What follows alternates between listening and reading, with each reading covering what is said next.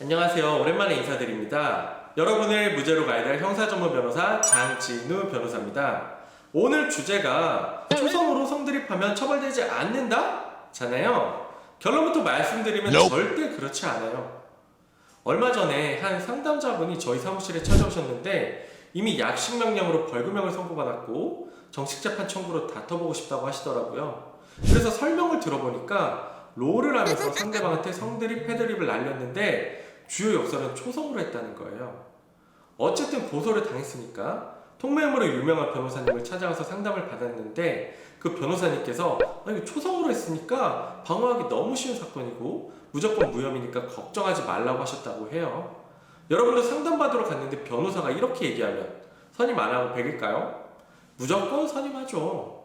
근데 결과는 약식명령, 벌금형이 나왔어요. 물론 변호사를 선임한다고 무조건 무혐의가 나오는 건 아니에요. 변호사 선임한다고 무조건 무혐의가 나오는 사건은 애초에 존재하지 않습니다. 그 점은 오해 안 하셨으면 해요. 그럼 이분은 왜 혐의가 인정된 걸까요? 그 이유는 초성이 사용된 맥락은 고려하지 않고 말 그대로 무작정 우겼기 때문이에요. 분명 초성이 맥락상 누가 봐도 성적 의미로 사용됐을 수밖에 없는데도 전혀 다른 의미로 사용했다고 우기는 거죠. 문제는 경찰이나 검사가 봐도 거짓말하고 있다는 게 너무 명백하다는 거예요. 그러면 경찰은 사건을 검찰로 송치하고 검사는 여지없이 구약식 처분을 합니다. 앞서 말씀드린 상담자분 말고도 사실 이런 경우를 저는 너무 많이 봤어요. 근데 정식 재판을 해야 하는 변호사 입장에서는 수사 단계에서 초성을 무작정 성적 의미가 아니라 다른 의미로 사용했다고 우겨놓은 상황이 조금 난감한 게 누가 봐도 명백한 거짓말을 정식 재판에서 해명하고 사건을 원상복구해서 무죄를 받기가 일반 사건보다 더 힘들기 때문이에요. 사실 예전에는 초성으로 욕설이나 성드립을 하면 빠져나갈 수 있는 구석이 많았던 게 사실이에요.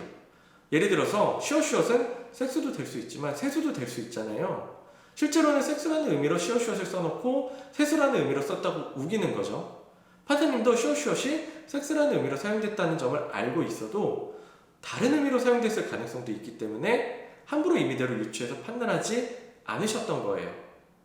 근데 제가 실무를 하다 보면 점점 트렌드가 바뀌고 있다는 게 확실히 느껴져요. 예전에는 슈어슈엇을 섹스가 아니라 세수였다고 우기면 먹히는 경우가 많았어요. 그런데 최근에는 그렇지 않아요. 통매음 사건은 아니지만 실제 최근에 모욕죄 사건에서 슈어슈엇을 세수라고 우겼지만 판사님이 섹스라고 인정해서 벌금형이 나온 사건이 있었어요. 이것처럼 판사님들도 유추해석을 통해 중의적 의미가 가능한 초성에 대해서는 맥락을 보고 성적 의미로 사용한 것으로 판단해서 처벌하는 경우가 늘고 있어요. 개인적으로는 앞으로 판사님들이 좀 더 적극적으로 맥락에 따라 초성을 성적 의미로 판단하는 경우가 늘어날 거라고 봅니다. 그럼 성적 의미로 초성을 사용한 경우에는 어떻게 방어해야 되나요? 라고 묻는다면 그 초성을 사용한 맥락에 집중해야 한다고 답변드리고 싶어요. 흔히 오해하시는 게 통매음은 성범죄이기 때문에 단순히 성적으로 어떤 단어와 문장을 사용하는지가 중요하다고 생각하시는데 물론 그것도 중요하지만 사실 어떤 단어와 문장을 사용했는지보다는 그 단어와 문장을 사용한 맥락이 훨씬 중요해요. 초성으로 성드립을 하는 사례는 대부분 게임에서 일어나요.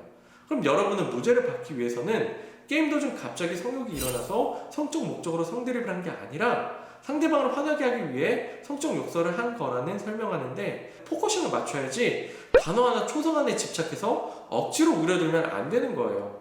제 경험상 훨씬 수위가 높은 표현을 사용해도 무혐의가 나오고 별로 수위가 높지 않아도 통매물로 처벌받는 사례가 나오기도 해요. 그러니까 이 영상을 보시는 분들은 무작정 초성을 사용했다고 괜찮을 거라고 착각하고 우기다 처벌받지 않았으면 합니다. 네, 오늘 제가 준비한 영상은 여기까지고요. 조금이라도 유용하셨길 바랍니다. 지금까지 법가이더 장진우 변호사였습니다. 감사합니다.